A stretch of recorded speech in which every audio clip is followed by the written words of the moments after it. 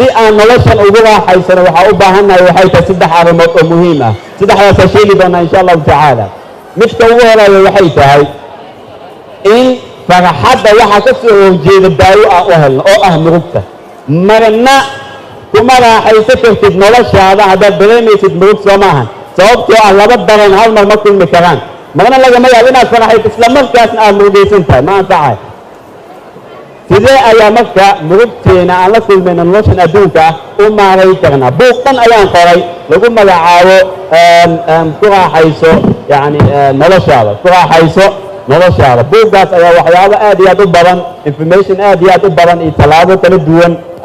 yani ay qofka ka heli karaan insha allahu tacaala laakiin waa bogsiinaya midka ugu horeeya waxay tahay in qofka uu maareeyo murugtiisa sidee ayaa murugta loo maareeyaa marka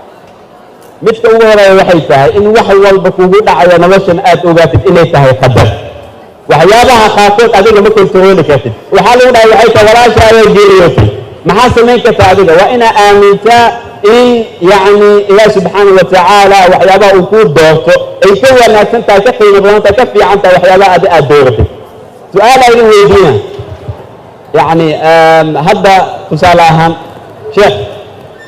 adiga hadda gabar yar ayaad dhashay tusaale ahaan 5 jir ah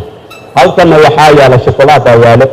10 xabo shokolaad aa ku jiro ayada 6 xabo ayay cuntay midka toddobaad ay rabtaa inay cunto maxaa samaynaysaa waad ka celinaysaa sabab sokorta badan uma fiicna ha yani waa sax sababta ugu celinaysa waxay tahay sokorta caafimaadkeeda nolosheeda mustaqbalkeeda uma fiicna soo maahan laakiin waa macaan ayada way rabtaa way oonaysaa laakiin sababta ugu celinaysa maxay tahay uma fiicna ka warama allah caza wajal marka wax aad jeceshaa lagaa reebayo maxaa laga wadaa yani ilaah subxaanahu watacaala noloshaada oo dhan ayuu ogyahay waxaa laga yaabaa wax inaa u malaysid inay kuu fiican tahay khayr aysan kuu ahayn dadka qaarkood waxay dhahaan abubakarow in badan ayaa ilaah subxaanahu watacaala waxaa weydiistay ilaa hadda lagama aqbalin annaga waxaan ku dhahay waxay tahay waa laga aqbalay adiga ma ogtid sababtoo ah adiga ilaah subxaanahu watacaala markaad wax weydiisanaysid sababtaa wax weydiisanaysa maxay tahay sababtoo ah khayr iyo wanaag iyo wax fiicanaa rabtaa sax markaa dhaysa ilaahay gaarigaas isaan baabuurkaas waxbarashadaas shahaadadaas iyo wax la midka oo dhan adiga khayr iyo wanaag ayaa rabtaa soo maaha haddii ilaahi subxaanahu watacaala wuxuu ku leeyahay mataqaanaan adduunkaygiyo wanaag iyo khayr iyo wax fiican soo ma rabtid anaa ku siinayo wanaagga iyo khayrkaba waxay kuugu jirtaa arrintan in aanan lagu siinin ducada ma lagaa aqbalay mise ma lagaa aqbalin يعني لو ما سين لكن هدف أو الدعاء تطالب سيء أو هذه وناك يحفي عن أيا غبطة إلهي محاكم حريص بين عز وجل مش كل هذا الحين تغالب إنك وحدثت إلى سبحانه وتعالى مش كلابات وحول بكفير إن عوانات سن بوسطي وحول بك نرشن دعية يعني وحكفير ساوحيتا إن عوانات سن كفير ما يتقاكيس يعني أنا معنى لهم أيواني يصوبتوا qaabka aad u fakaraysid iyo dhinacaad ka fiirinaysid tusaale ahaan hadda taleefona halkan yaalo dhulka ayuu ku dhacay shaashadaa jabay midna wuxuu dhahayaa waxay tahay isla markii alla shaashada iga jabay maxaa sameynaya wax lamid dhinaca negative ka fiirinaya midka kale uu qabanaya wuxuu leeyahay alxamdulilah shaashada le inay iga jabtay taleefonkana inuusan jabin waa hagaajinaya yani way kala duwan tahay positive iyo wax mar walba waxaa noqotaa waxay tahay qof ka fiiriya wax walba dhinaca wanaagsan arrintana waxaa samayn jiray nabiga sala allahu calayhi wasalam nabiga marka lagu dhibaateeyey uu aaday taa'ifna waa lagu dhibaateeyey asigoo yani dhiiggiisa ay da-ayso meeluu fadhiistay markuu fadhiistay kadib yaa u yimid mataqaanaan malag ayaa u yimid wuxuu ku yidhi waxay tahay waxaad ii ogolaataa in ummaddan dadkan dhan aa halaagi maadaama adi ay ku dhibaateeyeen ii ogolow النبي صلى الله عليه وسلم وحكوه متقانا فيريا إنا عكا فيرنا بوزيتيف إنا وناسن يوحو كفكراي وحودا متقانا ميا استقاف وحن رجينيا أيا جماعة المها أي تالي دونان إنا المقضان دات وناسن أو دين تدفاعة أبيك حتى قف أبيك دلوقتي مثل بيكون المتاع اليا ما أنا إله كده إله أنت إله صح لكن النبي صلى الله عليه وسلم بوزيتيف إنا عيانا سوكفيرنا يفيري نوشابت أولا وحيا بكفيرا إنا عيانا سن تقرح نوشابت عملتاس ومهم مربط الحلوب نقنيسا مكا إنا عن نيجاتيف كفيرا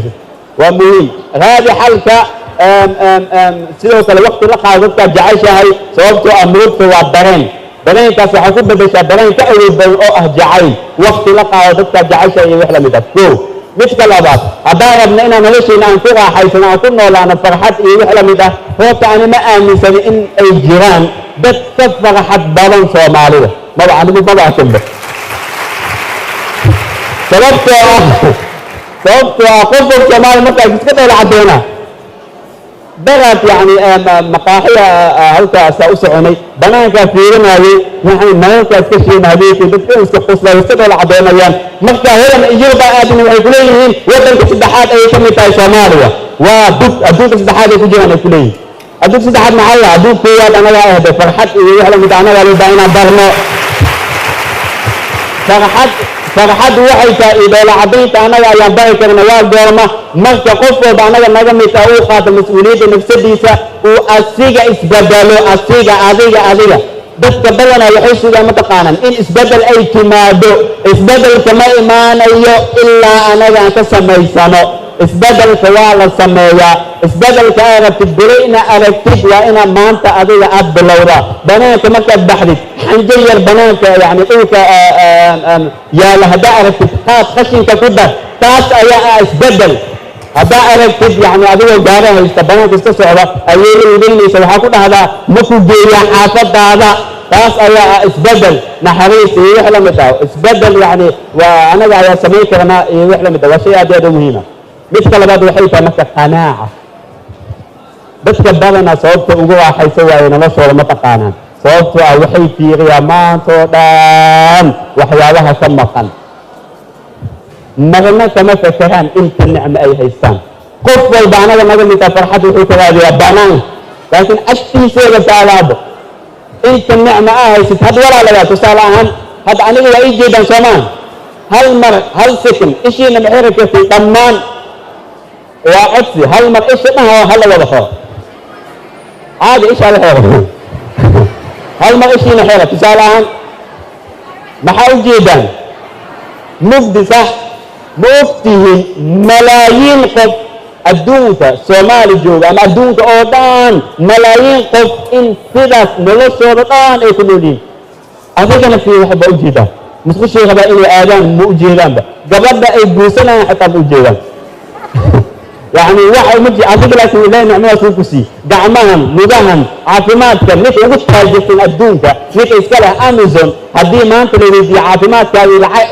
يلعك هذا بتلاقي قائلة محولي لها العكس ما هو فيه عافمات يعني أنت النعمة أنا هاي سنة معها مثل سوكوبك ولا ليال به الحمد لله ترى حيث أنت جر هذا يستفيد الله سبحانه وتعالى مشرف أن يفوز زيادنا إياه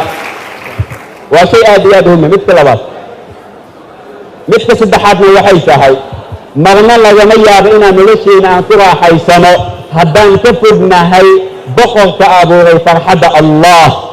farxad ma rabnaa waxay ku jirtaa salaada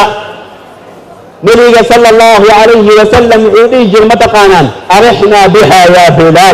bilaalow salaada nagu raaxay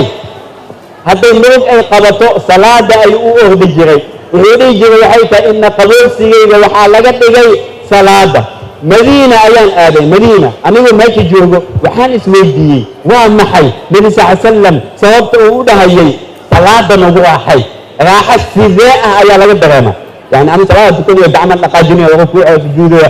raaxada halkee ay ku jirtaa su-aashaasaa isweydiiyey anigoo fakaraya waxaan ogaaday ma taqaanaan in ibni aadamka uu ka kooban yahay yani laba qaybood gudaha iyo banaanka soomaa marna banaanka ma raaxaysan karo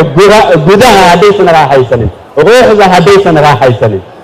kadib waxaan baaray ruuxda ibni aadamka dhan dhaqaajiya waxyaabaha ay ku raaxaysan ruuxda qof og ma lahan ilaa ilaah subxaanahu watacaala maahane gaalada nebiga ay weydiin jireen waxay ku dhihi jireen yas'aluunaka can ruux waxay ku weydiinayaan ruuxda sida u shaqayso ilaah wuxuu yidhi waxay tahay aniga oo keliya ayaa og waan sii baaray qur'aankii sunnada ayaan ka baaray waxaan ogaaday waxay tahay in qofka ruuxdiisa aysan raaxaysanaynin ilaa إلا مركا قفك ودواله يعني بقرك أبو روحنا ما هنه وشيء أدي أدمه مع الناس إن قفك ودواله صدق يا سارة أيان كسوكوبي إن شاء الله تعالى يوحي أدي أدمه أيان جرسو والله أدي أدمه فأحسنا إلى كل فينا إلى سبحانه وتعالى جزاكم الله خير الجزاء.